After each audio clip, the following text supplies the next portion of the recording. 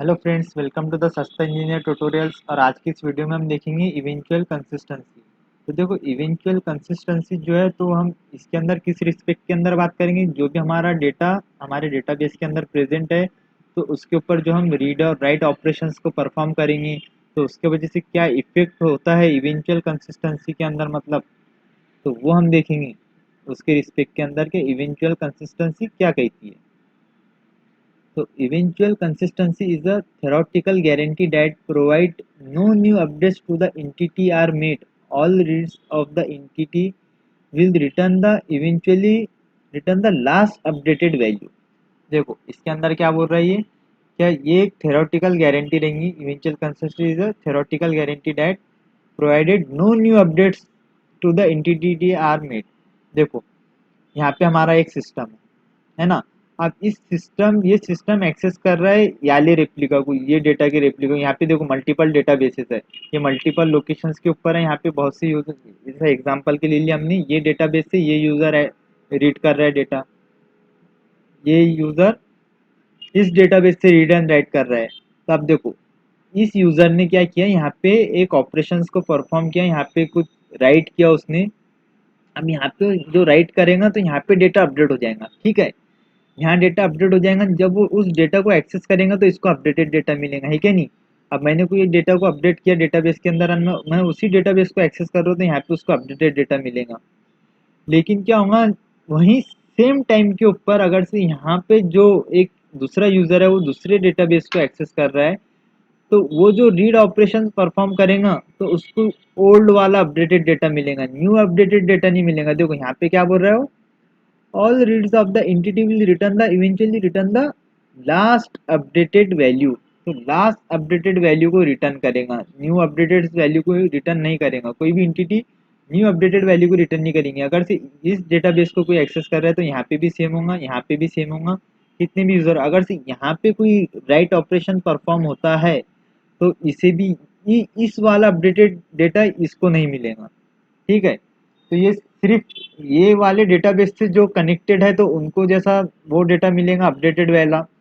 इस डेटाबेस के अंदर जितने नोड्स है, अगर से इस डेटाबेस के नोड्स के ऊपर मैं जो ऑपरेशन परफॉर्म कर रहा हूँ तो वो इसी डेटाबेस के अंदर रहेंगे, वो चाहे रेप्लिकेशन डेटा रहो या फिर सेम डेट यूनिक डेटा रहो।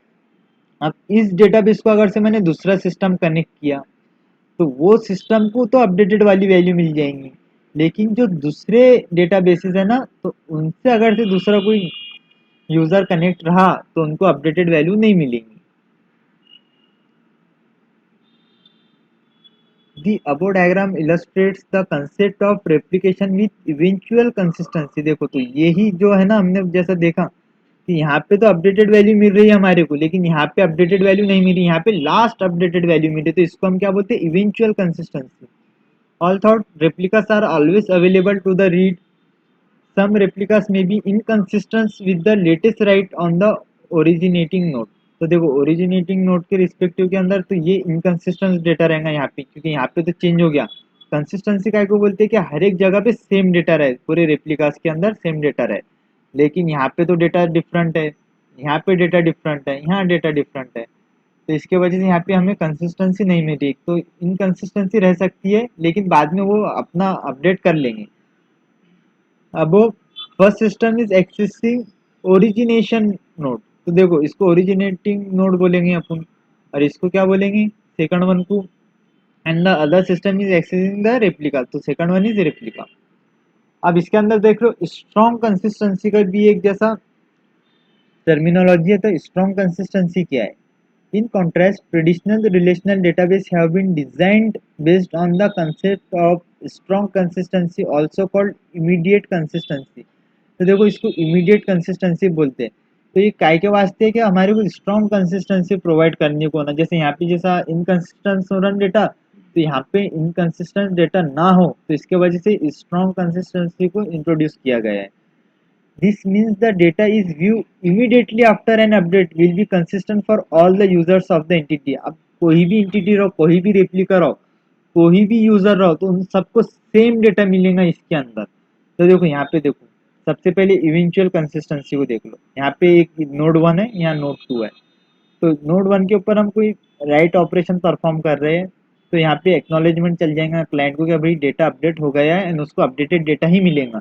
लेकिन यहाँ पे क्या हुआ, इवेंचुअल राइट प्रोपेगेशन, यहाँ पे कुछ जैसा कुछ टाइम के बाद या फिर कुछ जैसा यहाँ पे कुछ लॉक नहीं हो रहा है, इसको कोई यूजर अगर से एक्सेस कर रहा है तो उसको सेम डेटा मिलेगा, मतलब पुराने वाला लेटेस्ट वाला डेटा नहीं मिलेगा।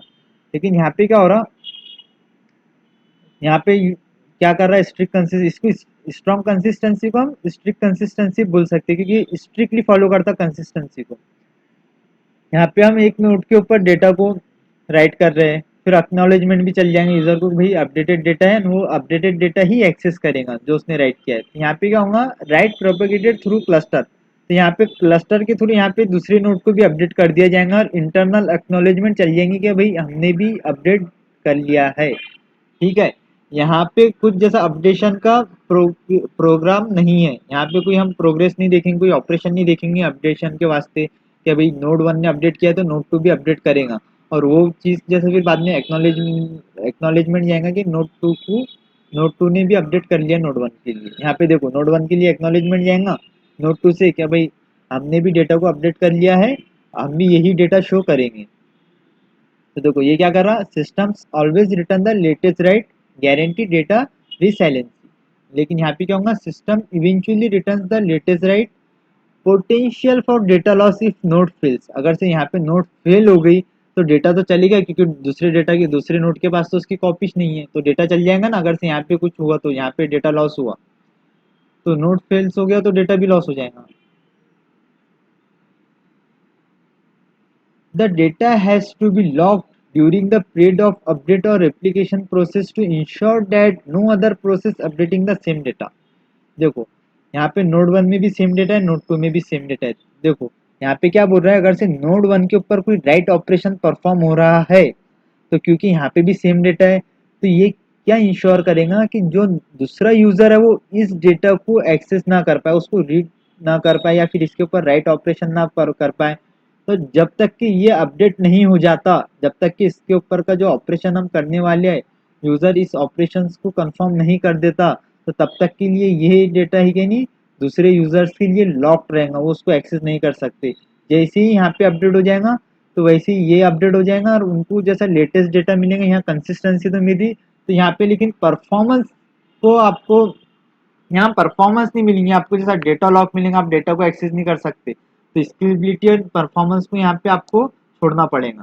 तो यहाँ पे ये दो मेजर डिसएडवांटेज है, एक क्या स्केलेबिलिटी नहीं मिलेगी, परफॉर्मेंस नहीं मिलेगा। ठीक है।